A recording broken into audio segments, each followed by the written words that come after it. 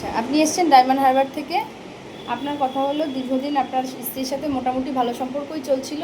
হঠাৎ করে মনোমালিন্য ঝগড়া। আচ্ছা, ওনার কি কোনো পরপুরুষের সাথে সম্পর্ক ছিল? আমাদের বাড়ি ছেড়ে অনেক দূরে, তবে আমি এটা বলতে চাইছি, মানে না, পারবো না। এখনো তো দেখিনি। আমি বলতে পারবো না। এবার কারণ আমি মিথ্যা বলে আমার তো এরকম কিছু মানে উনি বাবার বাড়ি থাকতেই বেশি পছন্দ করে? বাবার বাড়িতে থেকে একবার কিন্তু আমি শুনেছিলাম, একবার মানে বিষ খেয়েছিল, কিন্তু কি কারণে কেন খেয়েছিল সেগুলো আমি শুনিনি। তবে 8 বছর পড়ে থাকার পর 10 বছর পরে আসলো। হ্যাঁ 10 বছর তারপর আমি আনলাম, ভালো বুঝে চলে আসলো। সংসারও গিয়েছিল, এটা আমার সাথে ফোন টোন করে, তারপর সংসারও তো ঠিকঠাক মোটামুটি করছিল একটু। হ্যাঁ, একটু বলতে কতদিন, ওই যে বাচ্চাটা হয়েছে 6 মাস এই সংসার করা, আর এই রিসেন্ট এসে 1 মাস সংসার 1 মাস করে দিল। এটাই সংসার করা। কেস তো ওঠানো হয়েছিল না, না না না। কেস ওভাবেই চলছিল। না, মীমাংসা না। এটাই হলো যে সংসারে যাও, ফেরো, হ্যাঁ। ঠিকঠাক সংসার করো। আবারও তো 1 মাস থেকে চলে গেছে। আবার চলে গেল।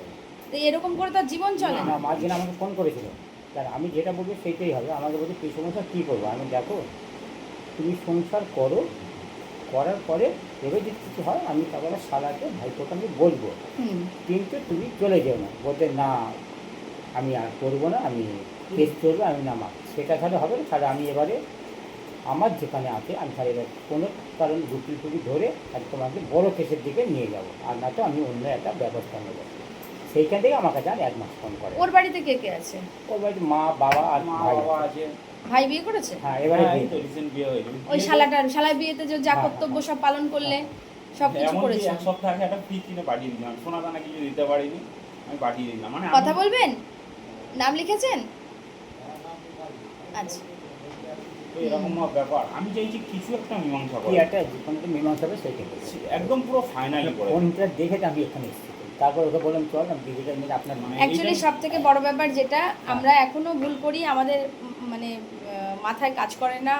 যখন ঝড় ওঠে, চারিদিকের ঝড়ে মানুষ পড়ে না, আর একদিকের ঝড়ে মানুষ পড়ে যায়। করে যায়। তো বিশেষ কথা হলো, আমরা সব থেকে গুরুত্বপূর্ণ ভুল তখনই করি যখন আমাদের জীবন উলটপালট হয়ে যায়।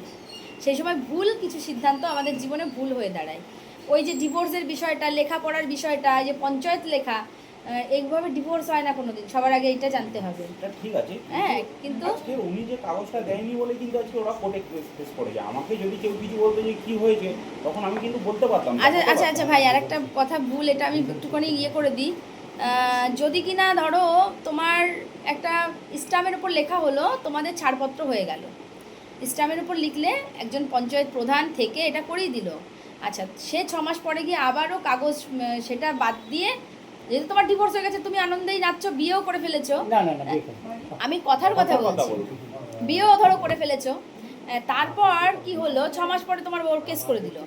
কেস করে দেওয়ার পরে তুমি সেই লিখিত বাকি যে পঞ্চায়েত সার্টিফিকেট, সেটা নিয়ে তুমি কোর্টে পেশ করলে, কোর্ট কিন্তু ওটা গ্রান্ট করবে না।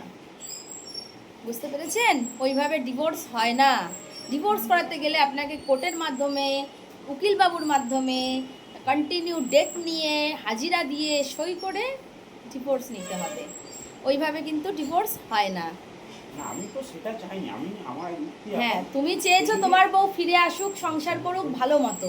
8 বছর বাবার বাড়ি থাকার পরেও সে 1 মাস এসে সংসার করলো, আবারও চলে গেল। তাও সংসার এসেছিল মানে বলে- ওর প্রবলেমটা কি? ওর বাবার কথা বেশি শোনে। আমি বলছি এক second।